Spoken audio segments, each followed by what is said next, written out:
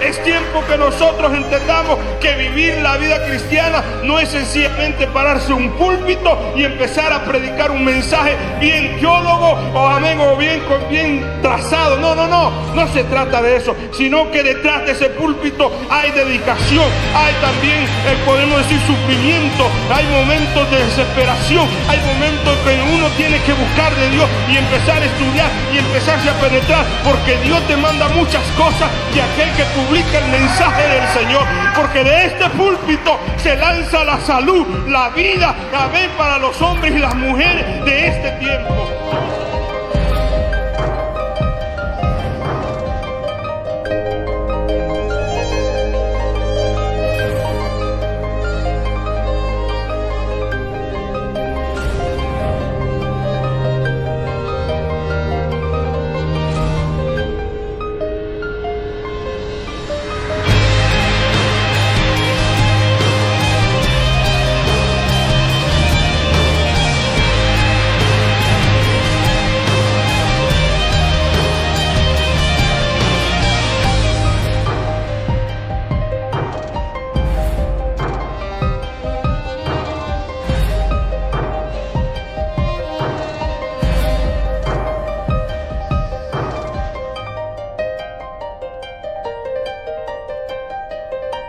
Incline su rostro, por favor. Padre y Dios que estás en los cielos, este día, Señor, yo sé que tú conoces la necesidad de este pueblo y tú vas a suplir a sus corazones, a sus vidas, este deleite de la palabra, Señor, como lo has hecho con mi vida, Señor.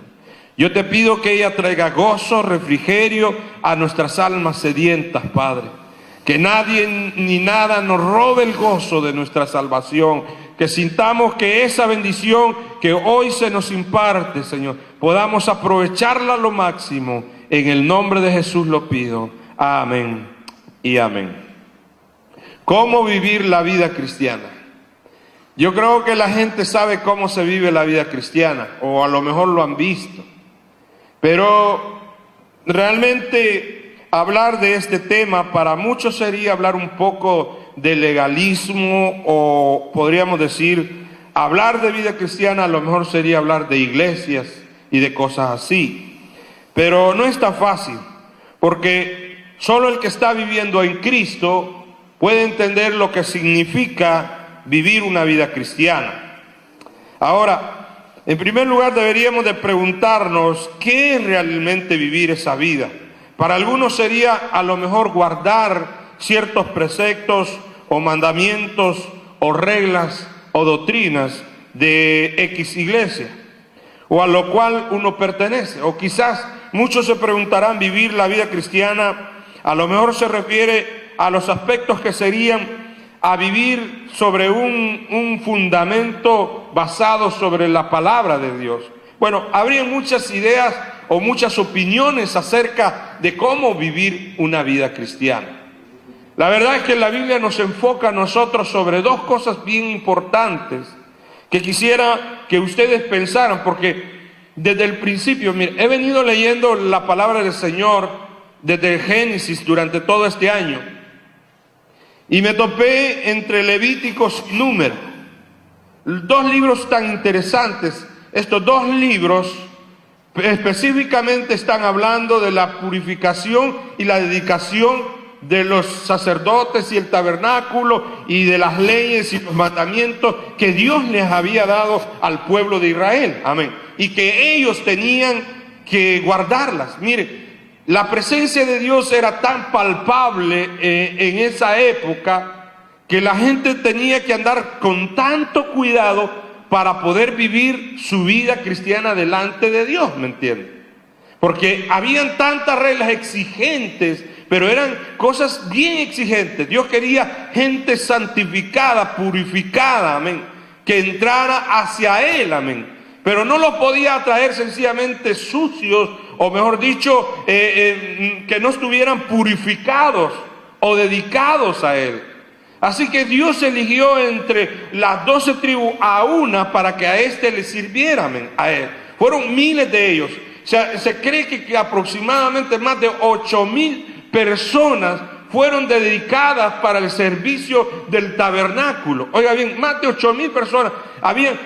Dios escogió de cada tribu cierto poco para que hiciera cierto trabajo en el templo, ¿me entiende? En el tabernáculo. Pero de estos que iban a servir de la tribu de Leví, que escogió, los tomó para que ellos pudieran servir dentro de los atrios del templo. Imagínense qué multitud de gente estaba dentro sirviendo a Dios. Y era un privilegio tan especial, pero Dios demandó de ellos una dedicación tan tremenda, tan específica, para poder darle a Dios lo mejor. Aún su ropa interior tenía que ser algo bien fino y delicado y bien purificado y bien lavado, amén. Sus cuerpos antes tenían que ser lavados y tenían que bañarse también para poder entrar. Parece mentira. Su ropa había sido escogida por el mismo Dios, del sacerdote hasta los que ayudaban al sacerdote. Sus ropas habían sido purificadas y habían sido bien delicadamente escogidas. Amén. Imaginémonos todo ese drama de cómo esa gente tenía que prepararse cuando tenían que ofrecer holocaustos, sacrificios, porque acordémonos que nadie llegaba al templo sin una ofrenda. Todos tenían que traer ofrenda agradable a Dios. Bien podía ser de bueyes, ovejas, palominos, y aún había harina y aceite, se llevaba también. Ahí está, en el libro de Levítico, en el libro de Números, usted lo va a encontrar. De qué manera Dios les exigió que ellos trajeran, y las ofrendas que les pedía, y aún más, Dios les dice que tenían que diezmar, pero Dios les diezmaba a los sacerdotes también de esas ofrendas, porque eran santas y consagradas para Dios, y debido a eso, Dios les daba a ellos también, y ellos se santificaban también por medio de la ofrenda que Dios les daba. Es algo tremendo. Parece un rito y como dice, una costumbre tan fuerte y poderosa, amén, y una tradición tan tremenda que uno se queda admirado y perplejo al ver cómo era la exigencia de Dios de vivir una vida tan santificada y purificada para la gloria de Dios. Yo creo que muchos de nosotros hubiéramos desistido en ese momento al ver las exigencias que Dios quería que pudieran tener para poder ser servidores. Había que pagar un precio para servir a Dios. Había que, consagrar enteramente, dedicar todo lo que tenía, porque Dios escogió a un siervo, saben ustedes, escogió a Aarón, pero no solo lo escogió a él, sino que también escogió a sus hijos. Y le dijo, vestirás a Aarón de esta manera, pero también vestirás de esta manera a sus hijos. ¿Para qué? Para que me sirvan, porque son míos, ellos son míos. Y nadie los puede tocar, nadie les puede quitar la bendición que ellos tienen, porque la bendición está sobre ellos, para la gloria y honra del Señor. Aleluya. Era algo glorioso que nosotros quizás hasta este momento no podemos entender lo que significa ser un servidor puro y genuino delante del Señor. Amados hermanos, es tiempo que nosotros entendamos que vivir la vida cristiana no es sencillamente pararse un púlpito y empezar a predicar un mensaje bien teólogo o bien trazado. No se trata de eso, sino que detrás de ese púlpito hay dedicación, hay también, podemos decir, sufrimiento, hay momentos de desesperación, hay momentos que uno tiene que buscar de Dios y empezar a estudiar y empezarse a penetrar, porque Dios demanda muchas cosas de aquel que publica el mensaje del Señor, porque de este púlpito se lanza la salud, la vida, para los hombres y las mujeres de este tiempo. No solo en la época antigua había una consagración bien dedicada. Vivir para Cristo significa que Él viva en nosotros. No que nosotros vivamos para Cristo, sino que Él viva en nosotros. Hay veces tratamos nosotros de vivir y hay veces no podemos nosotros. Parece mentira, pero es algo cierto, ¿me entiende? Parece algo tremendo. Mire, hay dos cosas que me quiero referir, y sería la ley de Moisés dada por Dios, y la otra sería la gracia dada por Cristo. Dos aspectos bien importantes y que deberíamos de comparar realmente, porque aquí hay dos principios que Dios le enseñó a sus siervos de cómo vivir la vida cristiana.